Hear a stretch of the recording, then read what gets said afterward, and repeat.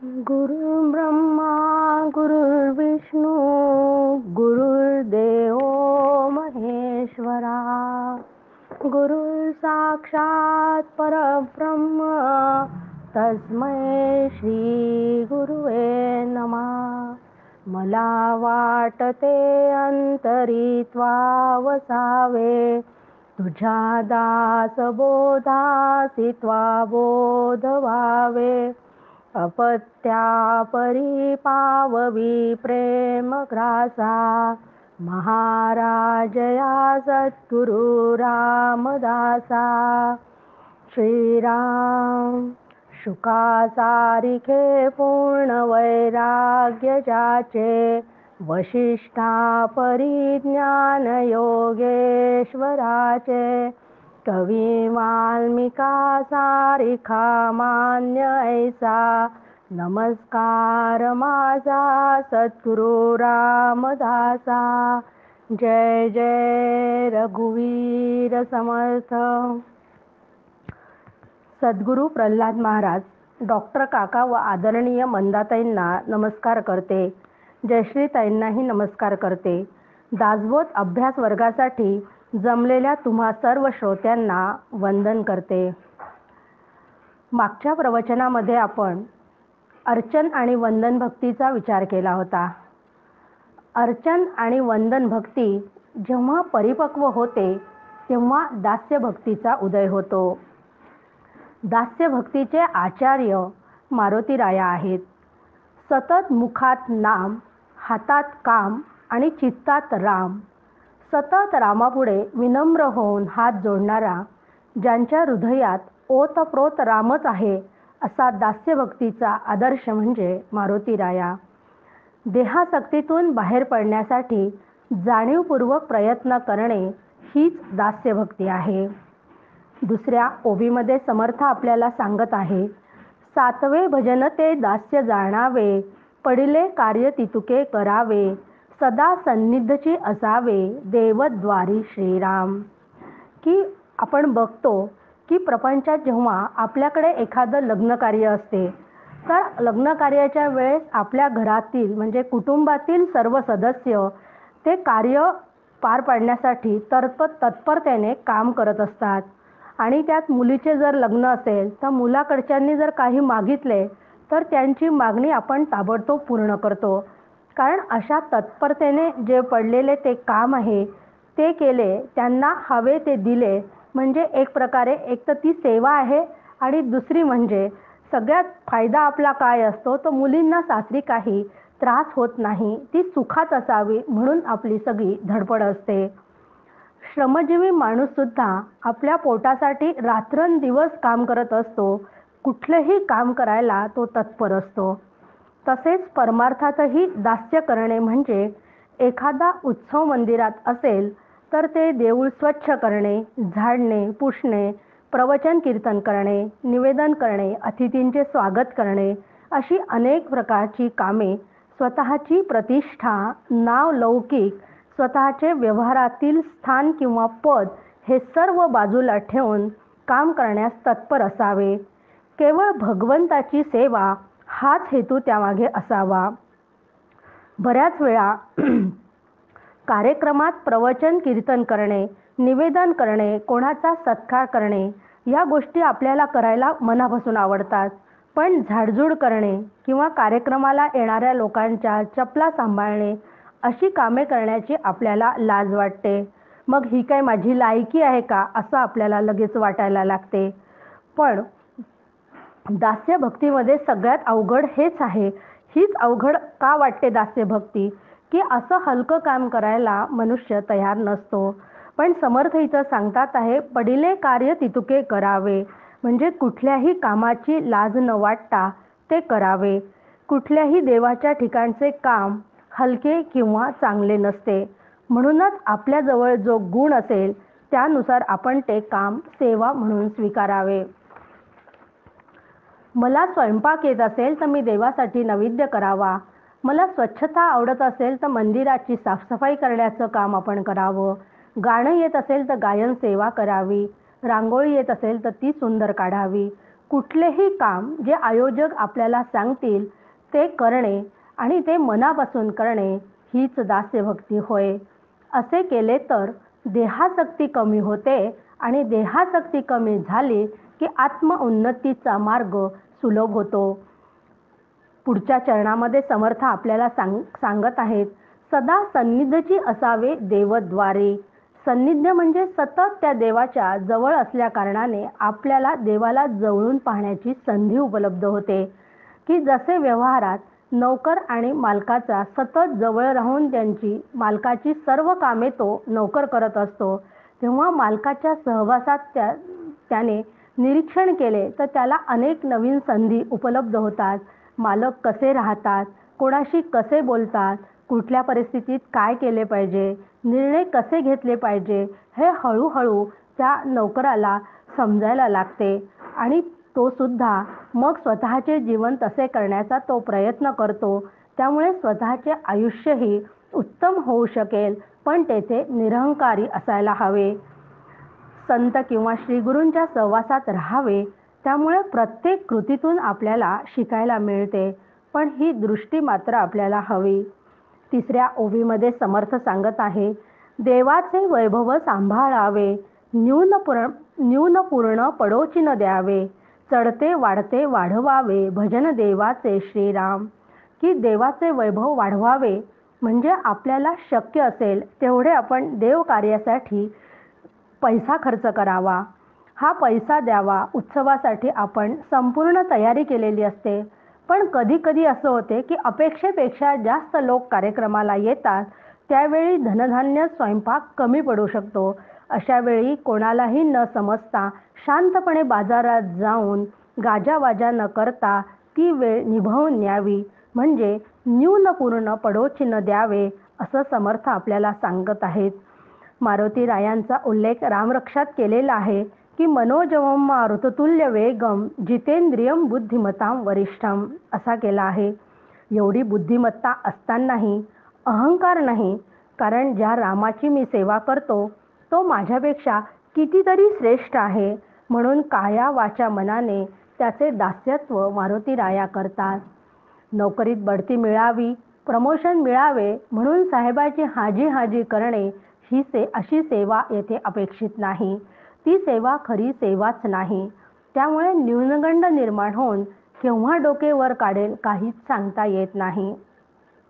संपूर्ण सृष्टीचा कर्ता करविता तो एकच राम आहे, तसा तो या जीवाचाही कर्ता करविता रामच आहे.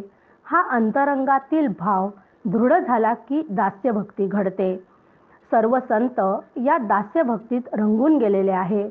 म्हणून समर्थ रामदास स्वामी स्वतःला मी रामाचा दास आहे म्हणतात. ज्ञानेश्वर महाराज निवृत्तीदास म्हणतात. एकनाथ महाराज एका जनार्दनी म्हणतात. त्यांची कुठलेही ग्रंथ किंवा काव्यसंपदा पाहिली तर मी निवृत्तीचा दास बोलतो आहे, मी रामदास बोलतो आहे, एका जनार्दनी, अशा पद्धतीने ते आपल्या श्रीगुरूंचा मोठेपणा म्हणून त्याचा उल्लेख करतात. कुठेही त्यांना स्वतःच्या कार्याचा अहंकार नाही. चौथ्या आणि 5व्या ओवीमध्ये समर्थ आपल्याला सांगतात आहे की देवळे बांधणे, देवळाची डागडुजी करणे, धर्मशाळा बांधणे इत्यादी कामे तर तत्परतेने करायलाच हवी. हेच दास्यभक्तीचं त्यांनी उदाहरण म्हणजे दास्यभक्ती सांगितले आहे.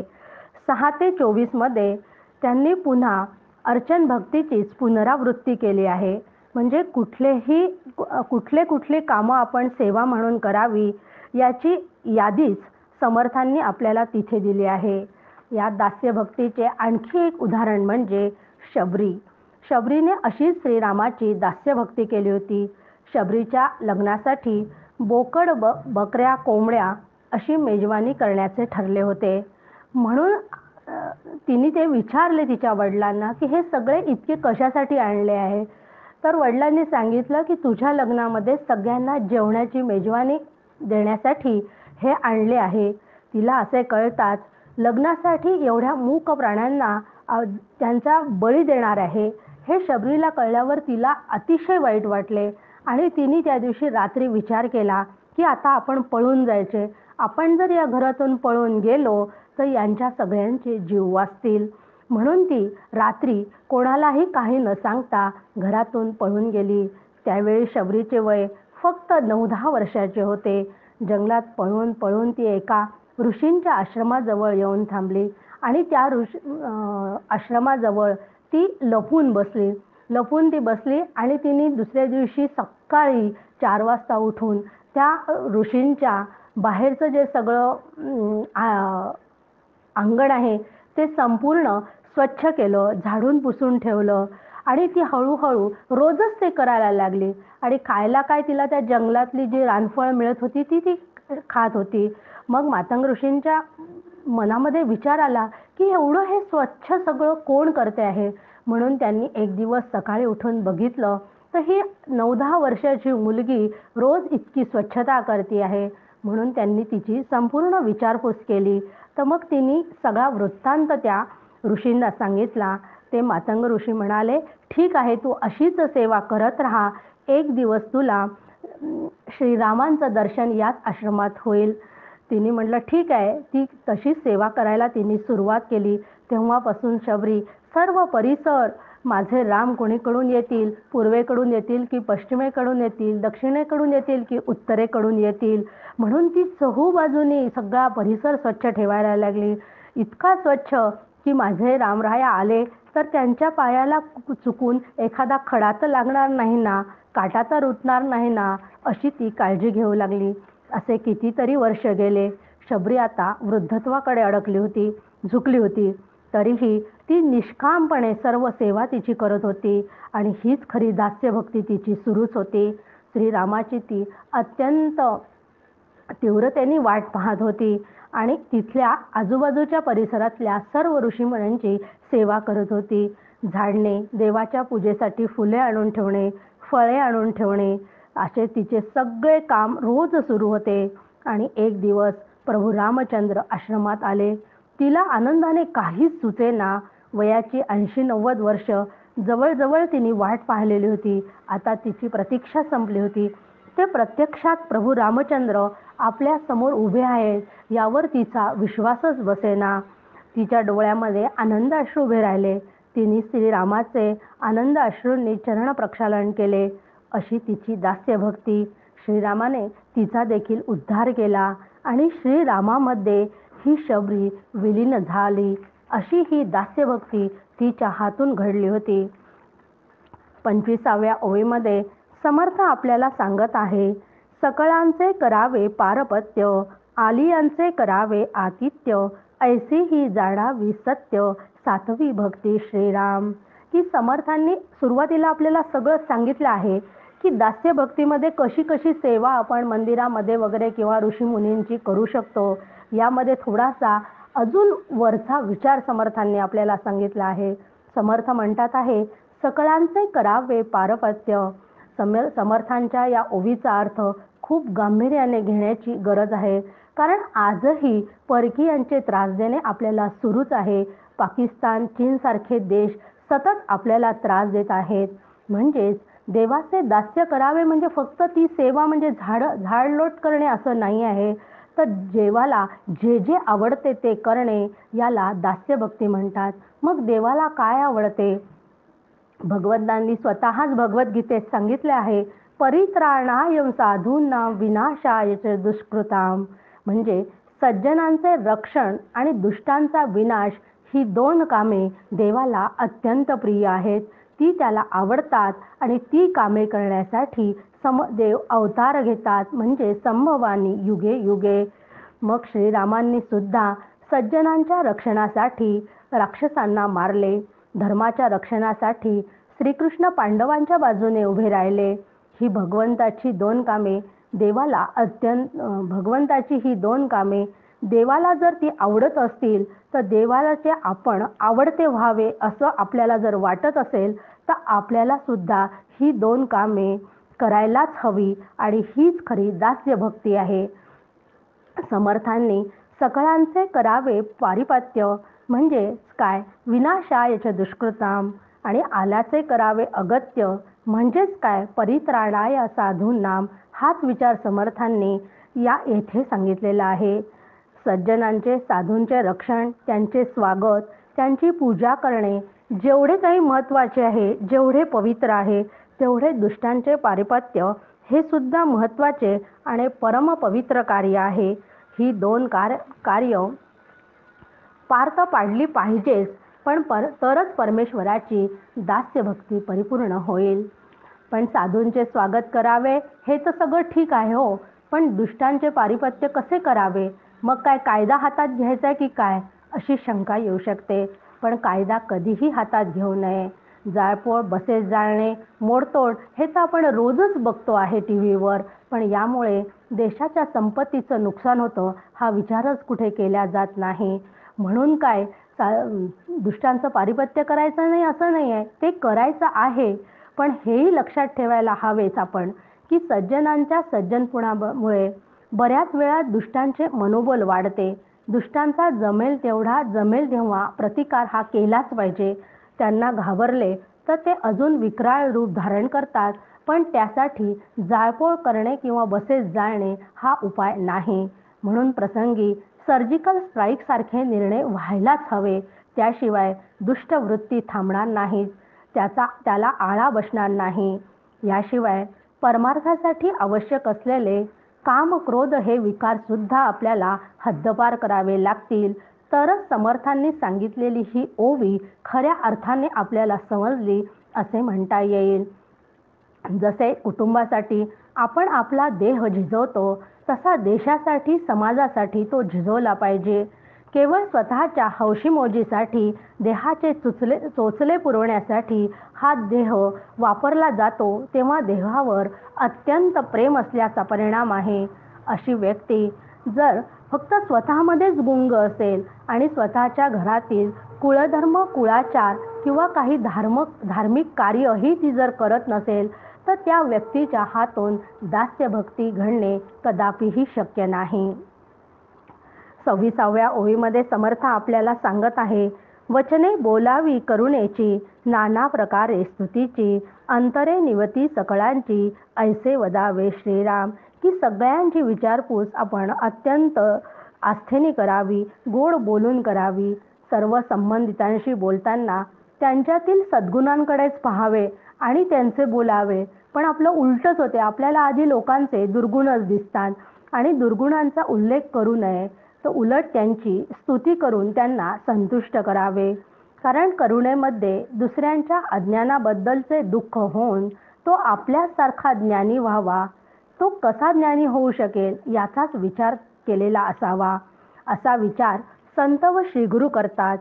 शिष्यावरील अत्यंतिक प्रेमापायी त्यांना आपल्या कल्याणाची तळमळ असते. खरेच समर्थांचा दासबोध, ज्ञानेश्वरांची ज्ञानेश्वरी, तुकोबांची गाथा, भगवंताची भगवद्गीता असे ग्रंथ नसते तर आपले काय झाले असते हो. खरेच त्या संतांचे आपल्यावर अनंत उपकार आहेत.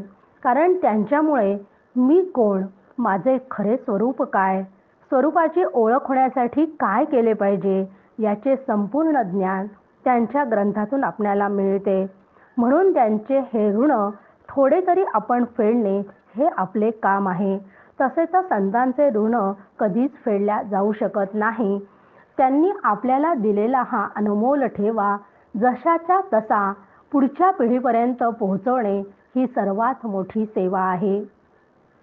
आध्यात्मिक कार्यक्रम असताना तिथे प्रवचन करणे, कीर्तन करणे, निवेदन करणे, काही लिहिणे, कार्यक्रमाचे नियोजन करणे अशा विविध प्रकारांनी आपण संत आणि सद्गुरूंची सेवा करू शकतो आणि ती निस्वार्थपणे करणे ही देखील दास्यभक्तीच होय.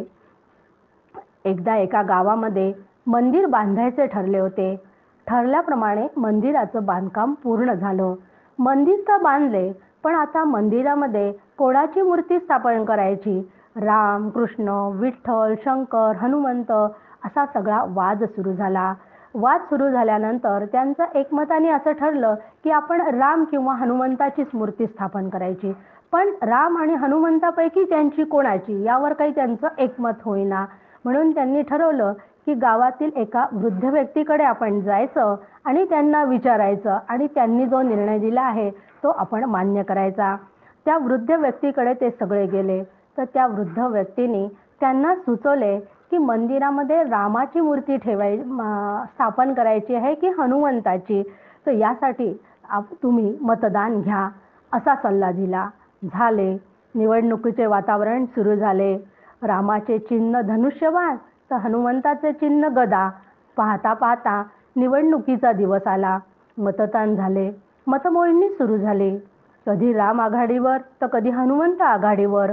सरते शेवटी रामापेक्षा हनुमंताला एक मत जास्त पडले.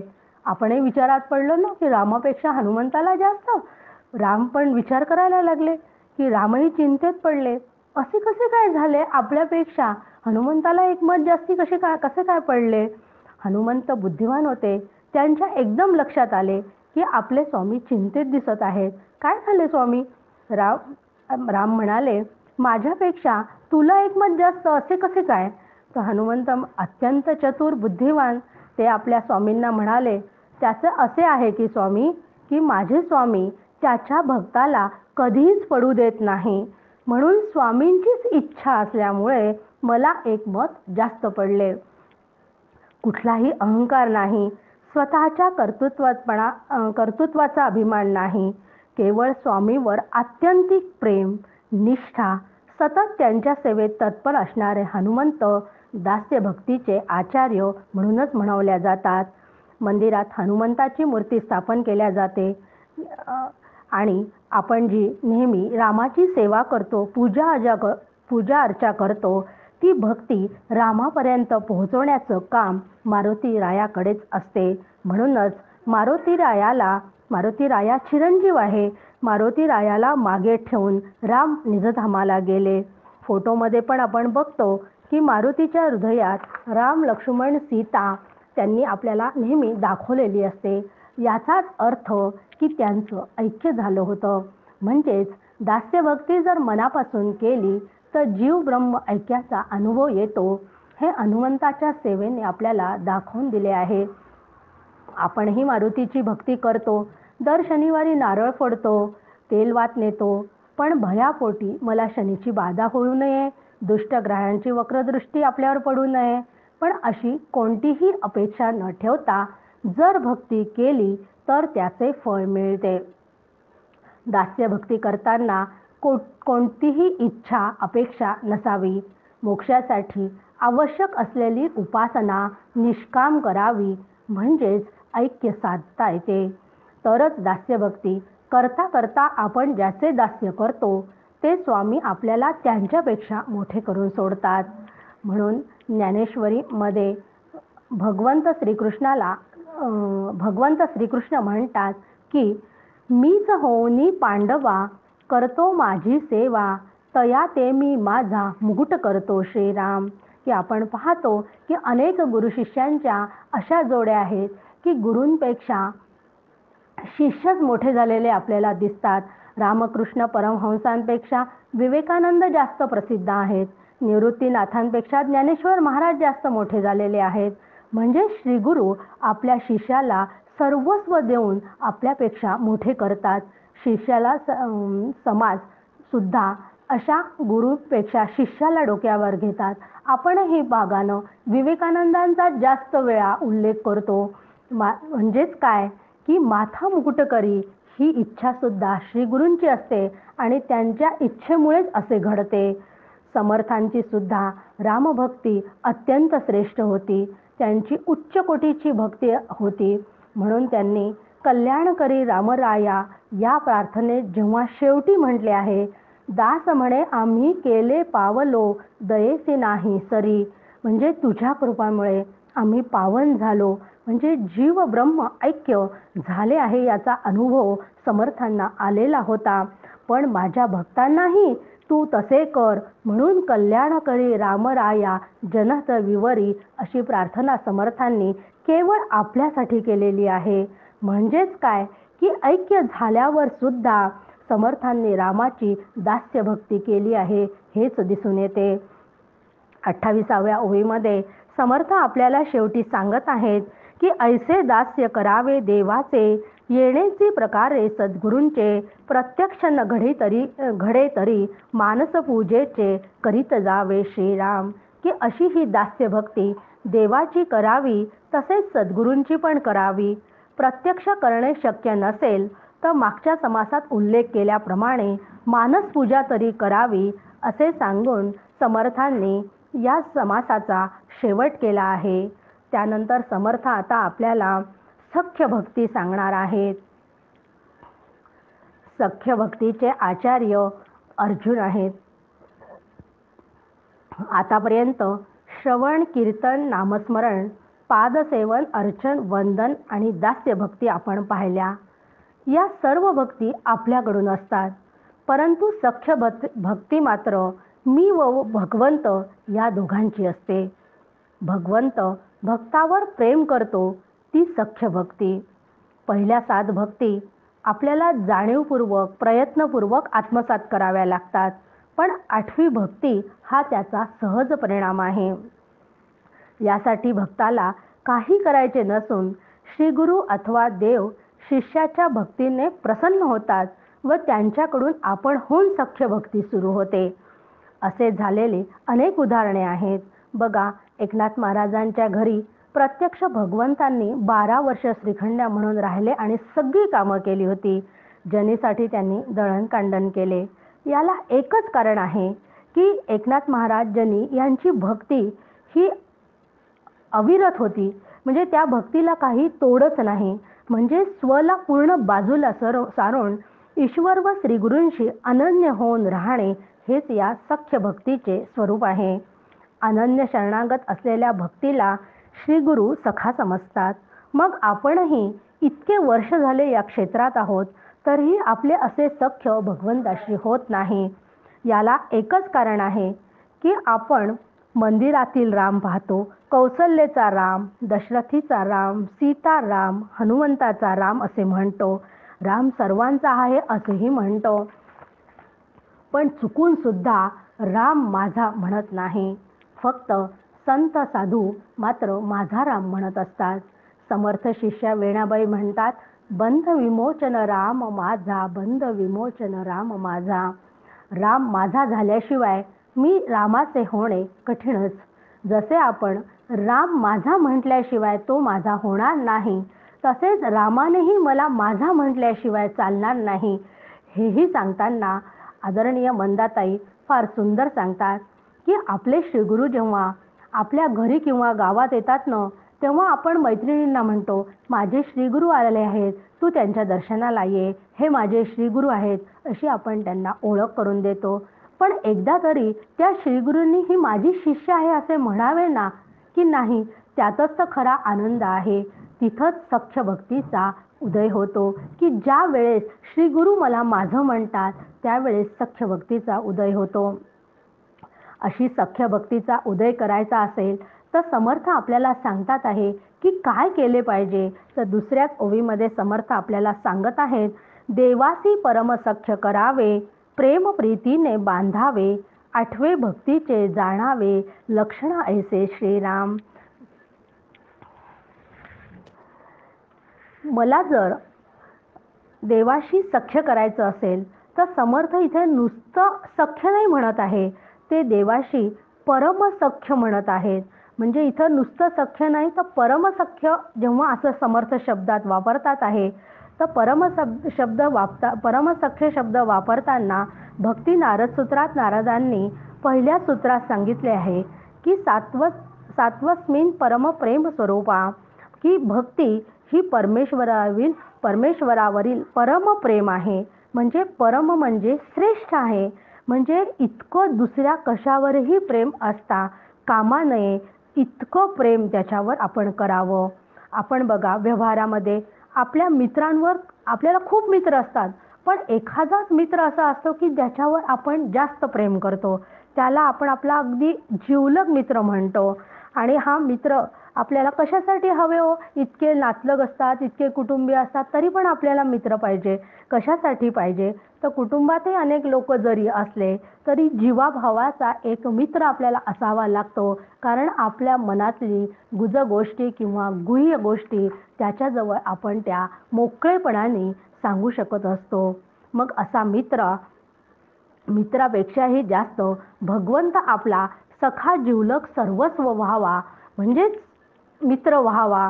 कारण श्रीकृष्ण आणि सुदामाची मैत्री तर आपल्या सगळ्यांना माहिती आहे, सगळ्यांच्या ती परिचयाची आहे. त्यांच्या मैत्रीमध्ये केवळ प्रेम होते. म्हणून सुदाम्याची परिस्थिती हालाखीची होती तरीही त्याने काहीही भगवंताला मागितले नाही. त्याचा परिणाम असा झाला, कारण सख्यभक्ती करत असताना भगवंताशी म्हणजे मित्राजवळ काही मागणी नसावी तशी त्यांची होती, की त्यांनी इतकी परिस्थिती हालाखीची होती तरी सुदाम्याने काहीही भगवंताला मागितले नाही. पण त्याचा परिणाम काय झाला याचं वर्णन करताना तुकाराम महाराज सांगतात, सुदामा ब्राह्मण दुःखे दारिद्र्य पिढीला, मुष्टीभर पोहे घेऊन कृष्ण भेटीला गेला गा, शुद्ध भाव देखोन या गाव सोनियाचा दिला गा. म्हणजे सुदाम्याच्या मनातही नसेल, त्याच्या कल्पनेची झेपही तिथपर्यंत पोहोचणार नव्हती, जाणार नव्हती, एवढं त्याला भगवंताने दिले होते. अर्जुनाच्या प्रेमाचे ओझेसुद्धा श्रीकृष्णावर असेच झाले होते, की एवढे झाले होते की प्रत्यक्ष श्रीकृष्ण परमात्मा त्याच्या रथाचा सारथी झाला होता. आणि असं सारथी होण्याला एकच कारण आहे की अर्जुनाने त्याला प्रेमप्रीतीने बांधले होते. प्रेमासारखी नाजूक तरीही अत्यंत पक्की दृढ असं या जगतामध्ये काहीही नाही. कारण प्रेमात धाक नसतो. धाक आणि प्रेम, भीती आणि प्रेम एकत्रित येऊ शकतच नाही. आपण म्हणतो की अमुक अमुक दैवत खूप कडक आहे, कोणी म्हणते की दत्त खूप कडक आहे, तर कोणी म्हणते देवी कडक आहे. अत्यंत कृपाळू, मायाळू, दयाळू असा परमेश्वर कडक का वाटतो हो आपल्याला? कारण आपण त्याच्याशी सख्यत्व जोडत नाही, म्हणून तो आपल्याला कडक वाटतो. त्याच्याजवळ तुम्ही प्रेमाने जा व त्याला आपला जिवलग करून प्रेमाने त्याला बांधून टाका, म्हणजेच त्याच्याशी सख्य भक्ती करा. जसे सूर्य उगवल्यावर फुलांच्या पाकळ्या आपोआप उघडतात, त्यांना फारसे काहीच करावे लागत नाही. म्हणून आपणही असेच भगवंतावर प्रेम करावे, मग इतर गोष्टी करण्याची आपल्याला गरजच पडत नाही. भगवंत आपोआपच आपला सखा आपल्याला समजून सर्वस्व आपला होतो.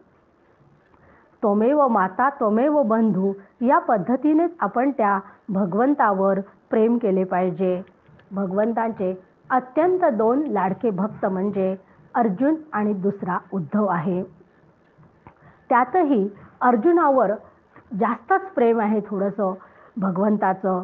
पण उद्धवाला नेहमी असं वाटायचं की भगवंत एवढे अर्जुन अर्जुन का बरं करत राहतात. न राहून त्यांनी एकदा भगवंताला विचारले की इतकी तुम्ही अर्जुन अर्जुन का करता, इतकं तुमचं अर्जुनावर प्रेम का बरं आहे. भगवंत म्हणाले, तू सकाळी उद्या 5 वाजता अर्जुनाच्या महालात ये. उद्धव ठरल्याप्रमाणे भगवंतांनी सांगितलं आहे. उद्धव गेले अर्जुनाच्या महालात. उद्धव गेले 5 वाजता बरोबर ते जाऊन पोहोचले. तर तेथे त्यांना वेगळीच दृश्य पाहायला मिळायला लागले की अर्जुन स्नान करून आले आहे आणि भगवंत त्यांचे डोके पुसून देत आहेत. डोळ्यावर विश्वासच बसेना की ते म्हणून ते आणखी पुढे गेले की नक्की खरंच आपल्याला असं दृश्य दिसतंय का. म्हणून उद्धव अजून समोर गेले. ते आणखी पुढे गेले तर खरंच अर्जुनाचे डोके पुसत होते भगवंत. आणि भगवंताचे डोके पुसत असताना जे त्या केसांमधून पाण्याचे तुषार उडत होते आणि केस काही गळत होते, त्या प्रत्येक तुषारांमधून, केसांमधून कृष्ण कृष्ण असे शब्द ऐकू येत होते. अर्जुनाच्या रोमारोमात कृष्ण भक्ती होती. मग अशी भक्ती असल्यामुळेच भगवंताचा तो अत्यंत लाडका होतो. अशी भक्ती जेव्हा होते तेव्हा भगवंत त्याच्याशी सख्य करतो. भक्ती फळाला येण्यासाठी त्याचा क्रम नेहमी वाढता असावा लागतो. भक्ती डेव्हलप होत गेली पाहिजे. म्हणून गोंदवलेकर महाराज सांगतात आपल्याला की जेव्हा आपल्याकडे बोरवेल आपण करतो तर पाणी यावे म्हणून आपण बोरवेल खोदतो, पण पाणी लागल्यावर ते आटू नये म्हणून आपण आणखी खोल खोदतो. तर तसाच आपली भक्तीसुद्धा चढती वाढती हवी, त्याचा आलेख वरवर जाणाराच असावा. भक्तीचा चढता आलेख करण्यासाठी भगवंताला जे आवडते तेच आपल्यालाही आवडले पाहिजे. देवाची व स्वतःची आवड वेगळी नसावी. देवाला निष्ठा, भजन, प्रवचन, हरिकथा व धर्मरक्षणासाठी देव निराकार असूनही साकार होतो. मग आपणही ते केले पाहिजे. देवाला जे आवडेल त्याच्यासाठी प्राण जीव शरीराची पर्वा करू नये. म्हणून 8व्या ओवीमध्ये समर्थ आपल्याला सांगत आहेत की देवाच्या सख्यत्वासाठी पळाव्या जीवलगासी तुटी, सर्व अर्पावे शेवटी प्राण तोही वेचावा श्रीराम. की देवाच्या सख्यत्वासाठी आपला ओढा भगवंताकडे लागला असताना माझ्या व भगवंतामध्ये जे कोणी येतील त्याचा त्याग करावा. त्यासाठी प्रसंगी नातलगांचा विरह सहन करावा लागला तरी चालेल, तो दुरावा सहन करावा, परंतु भगवंताला परमेश्वराला सोडू नये. गणगोत व व्यवहारातील सर्व संबंध कसे असतात हे सांगताना तुकाराम महाराज आपल्याला सांगतात, जग हे सुखाचे दिल्या घेतल्याचे. कारण प्रत्येकजण स्वतःच्या सुखासाठीच त्याला हवे असतात. तुम्ही जरा काही कामात जर पडत नसले कोणाच्या, म्हणजे जेव्हा आपण वृद्धत्वाकडे जायला लागतो तेव्हा फारसा आपला उपयोग इतरांना होत नाही. आपल्याजवळ पैसा पण कमी झालेला असतो, असे दिसतात, आपल्यापासून लोक दूर जातात. मग ते खरेच आपले आहेत का हो? म्हणून भगवंत फक्त माझा आहे याची खुणगाठ पक्की मनाशी असावी. प्रल्हाद महाराजांनी तर परमेश्वरासाठी रामाशी सख्यत्व जोडण्यासाठी घराचा त्याग केला. त्यांनी सर्व घरातील वस्तू दान दिल्या. आजही त्यांनी दान केलेला दिवस गृहदान म्हणून साजरा केला जातो. आपल्याला काही समर्थ असे करायला सांगत नाहीत, नाही तर प्रवचन ऐकणेच सोडून द्याल की माझ्या गणगोतावरील फक्त आसक्ती कमी करायला समर्थ सांगत आहे.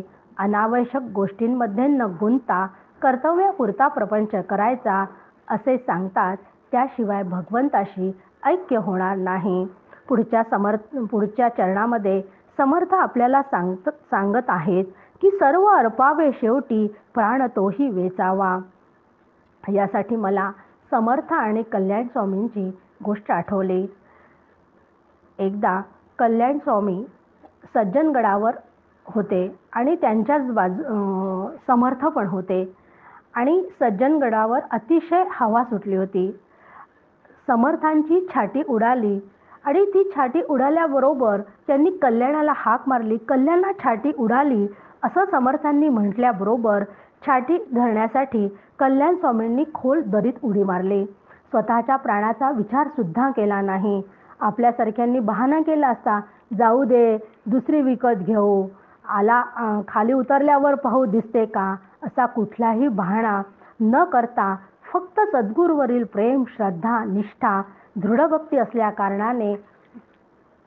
कारणाने खऱ्या अर्थाने सर्व अर्पावे शेवटी प्राण तोची वेचावा हे दाखवण्यासाठी हे दाखवले त्यांनी. कारण त्यांनी समर्थांच्या तोंडातून शब्द बाहेर पडतो ना पडतो तोच उडी मारली होती. मग हे त्यांनी आपल्याला या कथेतनं दाखवून दिलेले आहे की समर्थांनी त्यांना सांगितलेला दासबोध सुद्धा कल्याण स्वामींनी लिहून घेतला होता आणि तो लिहित असताना त्या दासबोधाप्रमाणे आचरण झाले पाहिजे. सर्व अर्पावे शेवटी प्राण तोची वेचावा ही समर्थांनी दासबोधात लिहिलेली ओवी, याचं प्रत्यक्ष आचरण कल्याण स्वामींनी केलेलं आपल्याला पाहावयास मिळते. 12व्या ओवीत समर्थ आपल्याला सांगत आहे, देव सख्यत्वे राहे आपणासी, ते तो वर्म आपणासी पासी, आपण वचने बोलावी जैसी, तैसी येती पडसादे. की देवाशी सख्यत्व जोडणे सर्वस्वी आपल्या हातात आहे. आपण जितक्या प्रेमाने आर्ततेने त्याला आळवू, त्याला साथ घालू, त्याप्रमाणे देवही प्रतिसाद देतो. तो तर अशा साथ घालण्याची प्रतीक्षाच करत उभा असतो. आपण अनन्यतेने त्याला शरण गेलो तर तो लवकर प्रसन्न होतो. ज्याची जशी भक्ती असेल तसे फळ त्याला मिळते. ये यथा मां प्रपद्यन्ते तास तथैव भजाम्यहम्. म्हणूनच सख्य भक्ती इतर भक्तींप्रमाणे कुणाकडूनही मिळवायची नसते, तर ती स्वतः कमवायची असते. पण होते काय की माझ्या अपेक्षेप्रमाणे जर घडले तर देव मला आवडतो, अपेक्षेप्रमाणे घडले नाही तर लगेच देवावरील प्रेम आपले कमी होते. केवळ प्रेम कमी करून थांबतो तो कसला मनुष्य, वर त्याच्यावर तो आरोप करतो, देवा मी तुझे इतके करते तरी माझे असे का, असे आपले रडगाणे सुरू असते. म्हणून देवावर प्रेम करताना ते नेहमी निरपेक्ष प्रेम करावे. व्यवहारात काहीही घडले तरी भगवंताच्या प्रेमाला जराही धक्का लागता कामा नये. 19व्या ओळीमध्ये समर्थ आपल्याला सांगतात, देवा वेगळे कोणी नाही, ऐसे बोलती सर्वही, परंतु त्यांची निष्ठा काही तैसीच नसे श्रीराम. की आपण नेहमी म्हणतो की या जगावर एका परमेश्वराची सत्ता आहे, त्याच्या सत्तेशिवाय झाडाचे पानही हालत नाही, असे तोंडाने केवळ बडबड करतो, परंतु खरेच जसे बोलतो तशी निष्ठा असते का हो आपली भगवंतावर? जे काही माझ्या आयुष्यामध्ये बरे अथवा वाईट, पोषक किंवा घातक असं काही जे घडते ते भगवंताच्या इच्छेचाच भाग असल्याने माझ्या कल्याणाचाच आहे असे मला कधीतरी मनापासून वाटते का? समर्थ म्हणतात, असे अजिबात वाटत नाहीत. कारण आपण बोलतो ती केवळ पोपटपंची असते.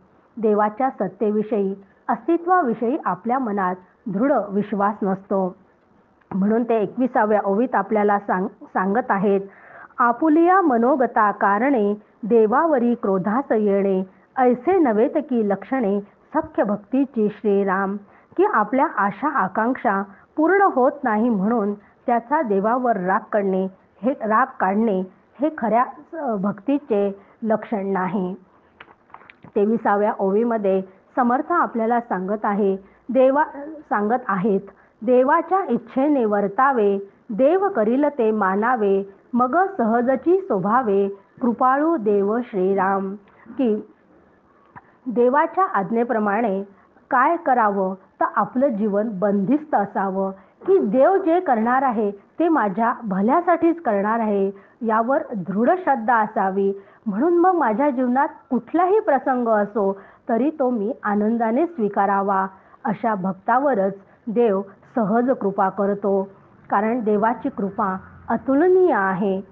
आपण म्हणतो की आई मुलावर अतिशय प्रेम करत असते, पण आईचे प्रेम सुद्धा या भगवंताच्या प्रेमापुढे फिके पडते. कारण या ओवीमध्ये ते सांगतात आहे, पाहता देवाच्या कृपेसी मातेची कृपा कायसी, मातावधी बालकासी विपत्ती काळे श्रीराम. की ही माता सुद्धा संकटकाली अपत्याला ठार मारण्यासही मागे पुढे पाहत नाही. ही ओवी ऐकल्यानंतर कदाचित आपल्या मनाला ते योग्य वाटणार नाही. त्यासाठी एक कथा, की अकबर आणि बिरबल एकदा गप्पा मारत बसले होते. त्यांची चर्चा सुरू होती की आईचे मुलावर अत्यंत प्रेम असते असे अकबर म्हणाले. बिरबल म्हणाले की असे नाही, प्रत्येकाला आधी स्वतःचाच जीव प्यारा असतो. मग कसे काय? त्यांनी म्हटलं की मी तुम्हाला एक प्रयोग करून दाखवता. एक पाण्याचा हौद असतो त्यांनी तयार केलेला, आणि वर त्याला थोडंसं काचेचं झाकणही असतं की त्यातनं आपल्याला ते दिसलं पाहिजे की आत काय घडते आहे. आणि त्यांना श्वासोश्वास घेण्यासाठी थोडी आतमध्ये जायला हवा जाण्यासाठी जागाही ठेवलेली असते.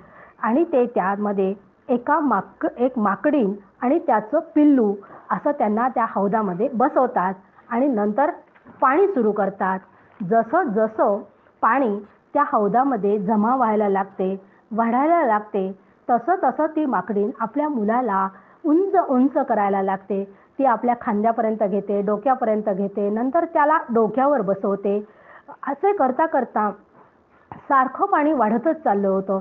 तेव्हा अकबर म्हणाला, बघा देखो मैंने कहा था ना, माता बहुत बच्चों से प्रेम करती है, वो देखो कैसी बचा रही है. कारण त्या क्षणाला तिने मुलाला आपल्या डोक्यावर ठेवलेलं असतं. बिरबल म्हणाले, जरा ठहरो आगे देखो. जसं जसं अजून पाणी वाढायला लागलं त्या मातेच्या गळ्यापर्यंत आलं, गळ्यापासून नाकापर्यंत आलं. आता नाकातोंडामध्ये पाणी जाऊन त्या माकडीनीचा श्वास कोंडायला लागला.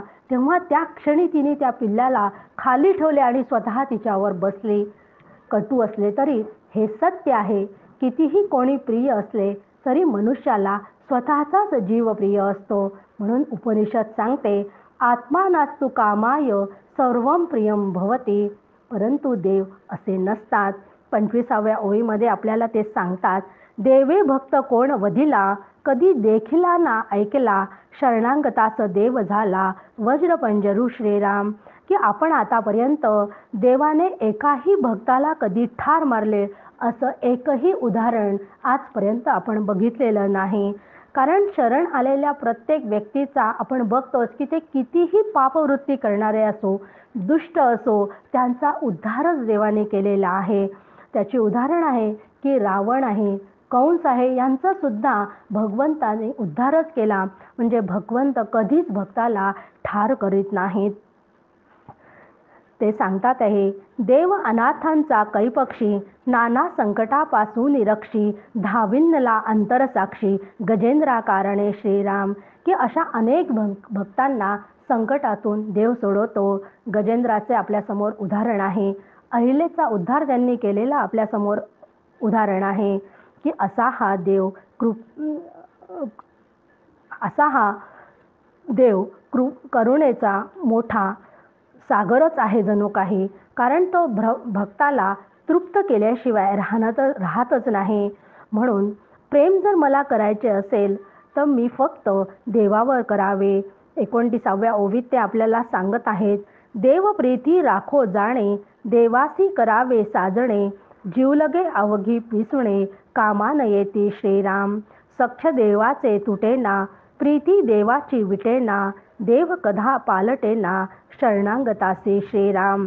की देव जो आहे तो अखंड, एकदा जर आपल्यावर देवाने कधी प्रेम केलं ना तर त्यापासून तो कधीच वेगळा होत नाही. तो आपल्याला प्रेमानेच सांभाळतो. म्हणून सख्य जर करायचं असेल तर देवाशीच करावं. आणि देवाचं आणखी एक वैशिष्ट्य आहे की देवाशी जर आपण एकदा सख्य नातं जोडलं ना की सख्य देवाच्या बाजूने कधीच तुटत नाही. हे एक त्याचं विशेष आहे. पण त्यासाठी अनन्य शरणागत व्हावं लागते. कारण शरणागत आलेल्या व्यक्तीवर देव अतिशय प्रेम करतो. त्याच्यात तो अजिबात धडसोड करत नाही. 31व्या ओवेमध्ये समर्थ आपल्याला सांगत आहेत, म्हणून सख्य देवासी करावे, हितगुज तयासी सांगावे, आठवे भक्तीचे जाणावे, लक्षण ऐसे श्रीराम. किंवा अशा देवाशी सख्य जोडावे, आपले विचार त्याला सांगावे. भगवंताशी आपल्याला संवाद साधता आला पाहिजे. सुख देवाशी मागावे, दुःख देवाला सांगावे, असे तुकाराम महाराज आपल्याला सांगतात आहे. की आपलं मनोगत नेहमी आपण ईश्वराजवळ बोललो पाहिजे. जे काही करतो ना ते प्रत्येक गोष्ट जर आपल्याला ईश्वराला आपण सांगायचं ठरवलं ना तर आपल्या हातून पाप घडत नाही. मला एक गोष्ट आता आठवली की एकदा एक समर्थ भक्त होते आणि ते अमेरिकेत जाणार होते वास्तव्यासाठी. तेव्हा ते गडावर काही लोकांशी चर्चा करत असताना, आता तिथे बरेच संन्यासी लोक आहेत गडावर, तर अशा त्यातल्या एका मोठ्या व्यक्तीशी तो मुलगा बोलला की मला अमेरिकेत जायचं आहे आणि माझी समर्थांवर अतिशय भक्ती आहे, परंतु इतके चांगले विचार माझ्या मनात असतानाही मला भीती वाटते आहे की मी परदेशामध्ये गेल्यानंतर मला काही वाईट व्यसन तर लागणार नाही ना, मला दारूचं वगैरे व्यसन तर लागणार नाही ना, माझा पाय तर घसरणार नाही ना. तेव्हा त्या साधूंनी त्याला सांगितलं की तू एकच काम कर की मी तुला हा समर्थांचा फोटो देतो आणि हा समर्थांचा फोटो तू रोज तुझ्या रूममध्ये ठेवायचा. जाताना समर्थांना, तू कामावर जाताना त्याला सांगायचं आणि आल्यावर तू दिवसभर काय केले आहे तिथे ते पण आल्यावर त्यांना सांगायचं.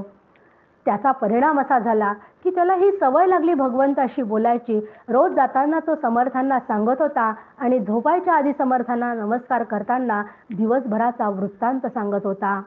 मग ज्या वेळेस असा मोहाचा क्षण आला, दारूचा ग्लास त्याच्यासमोर आला, त्या क्षणाला त्याला वाटलं की इतके सगळे लोक घेतात आहे, मग आपणच असं राहायचं का. त्या क्षणाला त्याला आठवलं की घरी जाऊन आपल्याला समर्थांच्या पुढे सांगायचं आहे की मी आज दिवसभर काय केलं.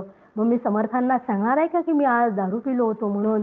मग त्याला बघा, फक्त एका फोटोमुळे आणि देवाशी संवाद साधल्यामुळे त्याने त्या दारूला स्पर्श केला नाही. म्हणजे माणूस व्यसनाच्या आहारी गेला नाही.